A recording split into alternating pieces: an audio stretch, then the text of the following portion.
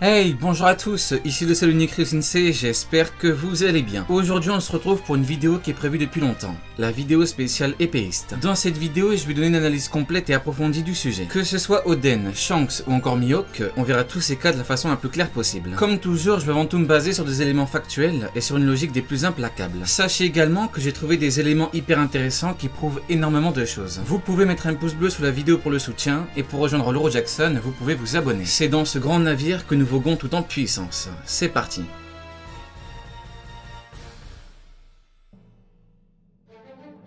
Vous voulez être en sécurité sur les mers du monde One Piece? Eh bien c'est compliqué.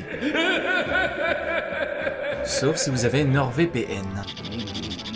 Laissez sans risque et vous êtes garanti satisfait ou remboursé pendant 30 jours. NordVPN est un réseau privé virtuel qui permet beaucoup d'avantages comme regarder le catalogue Netflix des autres pays. Là vous vous demandez certainement si NordVPN protège de Kaido. Et bien pour ça c'est difficile, mais avec NordVPN on peut regarder One Piece via Netflix Japon. Oui, vous ne rêvez pas, One Piece est disponible tout comme beaucoup mais vraiment beaucoup d'animés grâce à NordVPN. Vous pouvez surfer en toute sécurité sur des réseaux Wi-Fi publics où vous serez serein comme Shanks. Grâce au lien dans la description, vous n'aurez pas 10 ni 11 mais bien 12 mois gratuits. C'est pas Nami qui refuserait ça. Vous pouvez changer d'emplacement virtuel en un clic, il y a plus de 5400 serveurs dans 59 pays. C'est vraiment excellent et on peut kiffer les animés qu'on veut en toute sécurité. Le lien pour l'activation de la promo est en description. La promo est valable pour toutes celles et ceux qui ont d'acquis surpuissants et comme vous êtes sur l'Euro Jackson, ça vous concerne. Longue vie à l'Euro Jackson. そうとなれば鷹の目。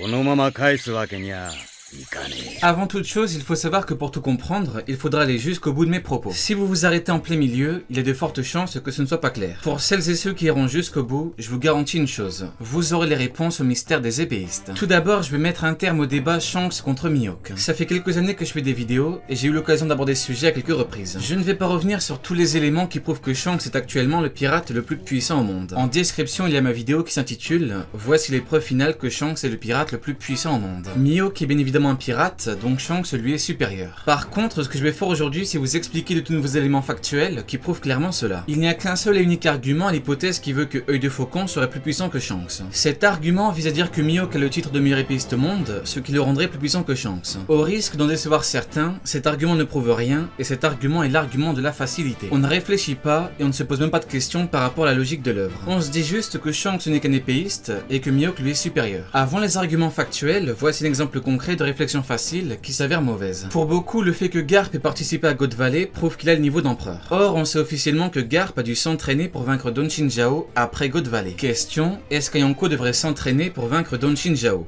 La réponse est non. Garp est certes surpuissant, oui, mais l'argument de God Valley ne fonctionne pas. Il ne permet pas de le classer. Autre exemple, Boa Hancock est l'impératrice pirate. Impératrice qui est le mot féminin d'empereur. Question, Boa Hancock a-t-elle le niveau d'empereur? La réponse est non. Ce que beaucoup ne comprennent pas, c'est qu'effectivement, Mihawk surclasse Shanks à l'épée, sauf qu'il n'est plus puissant que lui que à l'épée. Uniquement à l'épée. Que à l'épée. Pendant très longtemps, j'ai expliqué et prouvé pourquoi est-ce que Shanks avait quelque chose d'autre. Quelque chose qui le sort de son statut d'épéiste pur. Beaucoup me disaient c'est n'importe quoi, c'est débile, ça n'a aucun sens, etc. Sauf que dans l'arc Onigashima, l'auteur M. Eiichiro Oda m'a donné raison, ce qui a bizarrement fait disparaître les réflexions sur le fait que ce serait débile. Quand je le théorise c'est débile, et quand c'est confirmé dans l'œuvre, ça devient comme par magie incroyable.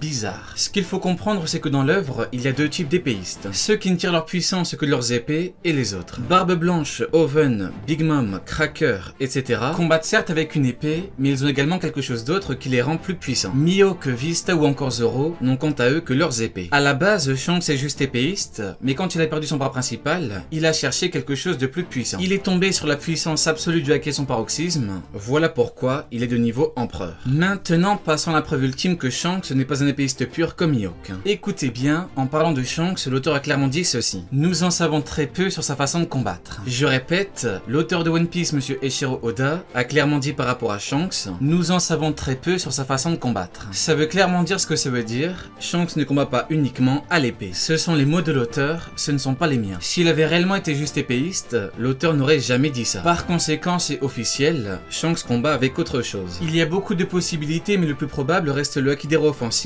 et l'éveil du Haki des rois. J'ai toujours expliqué et prouvé que le Haki des rois peut attaquer fortement physiquement et mentalement. Ça a été confirmé et c'est très bien. rien. Contrairement à ce que beaucoup croient, Luffy n'utilise pas l'ultime éveil du Haki des Rois. Ça c'est juste le Haki des Rois offensif, ou à la limite, un début d'éveil. Le Haki des Rois de Shanks est une force encore bien supérieure. Pour finir, je sais que beaucoup croient que le Haki des Rois n'est pas un style de combat. Le problème, c'est que c'est totalement faux. Vraiment, totalement faux. En effet, avec le Haki des Rois offensif, on peut attaquer physiquement avec nos bras et nos jambes, donc rien qu'avec ça, on a un style de combat au corps à corps. C'est très simple, Shanks n'est plus du tout un épéiste pur. Peut-être que Mihawk est fort avec ses bras, mais ça n'aurait strictement rien à voir avec Shanks. Shanks a l'une des plus grandes forces brutes de l'œuvre. Avec qu'un seul bras, il a arrêté le coup de l'homme le plus fort du monde, Barbe Blanche. Shanks a beaucoup plus de force brute que Mihawk. De plus, il combine sa force brute avec l'ultime éveil du Haki des Rois. Je vous laisse imaginer les dégâts.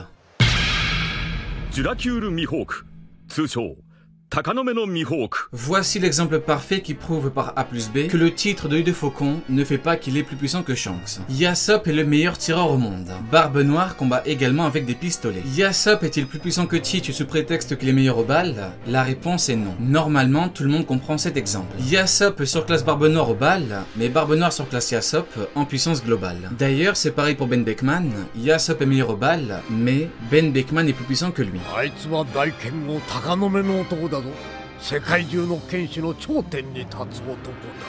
Maintenant, voici la case de l'œuvre qui prouve par A plus B que Œil de Faucon ne peut pas être plus puissant que Shanks. Zeph a clairement dit que Mihawk était le meilleur épéiste de tous les temps. Goldie Roger n'avait pas de fruit démoniaque, il combattait avec une épée. Question, est-ce que Mihawk est, ou peut être, plus puissant que le roi des pirates? Eh bien, à moins d'avoir pété les plombs, il est impossible de dire oui. Pour Shanks, c'est exactement la même chose. Shanks est autant épéiste que Roger. Le débat est donc clos. Pour finir, je sais que les petits malins me diront « Oui, mais on ne sait pas beaucoup de choses sur la façon de combattre du roi des pirates. » Eh bien c'est simple, je vous répondrai avec les mêmes mots de l'auteur. Nous n'en savons que très peu sur la façon de combattre de Shanks. Le débat est clos.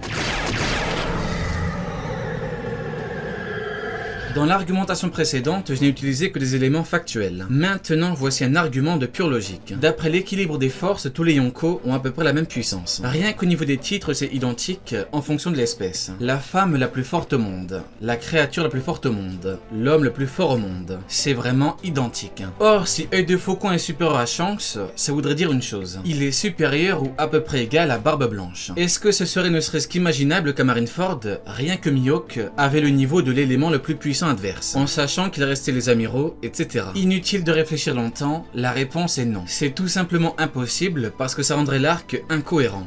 Totalement incohérent. L'auteur a toujours fait en sorte que son œuvre soit la plus cohérente possible, et il a raison. La cohérence est très important. C'est très simple, Shanks est bel et bien plus puissant que Mihawk. Maintenant, voici encore un argument factuel qui prouve que Shanks est supérieur à Mihawk. Garp a clairement dit qu'il n'y a que les empereurs qui sont au niveau des Barbes Blanches. Kaido, Big Mom et Shanks. Garp a parlé de niveau individuel. Il a dit que parmi tous les pirates au monde, seuls eux avaient sa puissance. Mihawk n'est pas mentionné, et pour cause, Shanks lui est supérieur.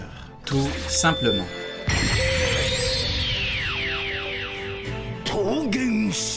Problématique suivante. Qui de Mihawk et de Oden est-il le plus puissant? C'est vraiment intéressant parce qu'on verra en même temps pourquoi est-ce que Shanks est bel et bien plus puissant que Mihawk. Nous sommes d'accord pour dire que Kaido le roi des bêtes est l'un des pirates les plus puissants au monde. Nous sommes d'accord pour dire qu'il connaît parfaitement la piraterie et les niveaux de puissance du monde. Il était dans l'équipage de Xebec, il a vu le roi des pirates combattre, son second combattre, etc. Bien. Maintenant je vais clairement dire pourquoi est-ce qu'Oden est factuellement plus puissant que Mihawk. Je sais que ça peut choquer, oui, mais c'est la conclusion de l'analyse. En fait, c'est très simple. Dans le chapitre 1001, le roi des bêtes, donc Kaido, a clairement dit qu'ils sont les 5 personnages les plus puissants de tous les temps. Roger, Newgate, Xebec, Shanks et Oden. Il manque Shiki et Big Mom, et ce pour deux raisons très simples. Ils ne sont pas dans le top 5, et contre Kaido, ils ont beaucoup moins de chances de gagner que les autres. Question, est-ce que Mihawk est dans la liste? La réponse est non. Conclusion, Shanks et Oden sont plus puissants que Mihawk. Contredire ceci reviendra à contredire le roi des bêtes. Le roi des bêtes qui connaît plus la puissance que toutes les personnes réunies qui essaieront de le contredire.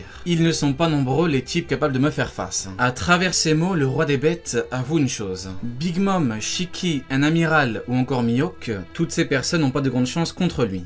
tout simplement. Encore une fois, tenter de le contredire revient à essayer de contredire un pirate qui connaît parfaitement la puissance du monde. Quand Kaido parle, il parle des personnages les plus puissants de tous les temps. Il parle des personnages qui ont de grandes chances de gagner contre lui actuellement. Je sais que certains pensent qu'il met Oden parce que Oden a failli le battre il y a longtemps. Cependant, il suffit de réfléchir 2 secondes. Quel intérêt de parler de lui si Kaido le surclasse vraiment actuellement? Si ça avait réellement été le cas et si Kaido avait beaucoup évolué, il aurait mis Big Mom ou encore Shiki. Or, ils ne sont pas là. Pourquoi? Eh bien parce qu'il parle de sa puissance actuelle. Tout simplement. C'est d'une logique implacable et ça confirme bel et bien qu'à l'époque, le roi des bêtes avait déjà le niveau d'empereur. Il avait entre 40 et 50 ans et dans l'œuvre, on n'évolue plus beaucoup après cette tranche d'âge. C'est d'une simplicité et d'une évidence sans nom. Donc c'est très simple, Kaido confirme bel et bien que Shanks et Oden sont supérieurs à Mihawk. À travers les mots du roi des bêtes, c'est l'auteur monsieur Eiichiro Oda qui nous le dit très explicitement.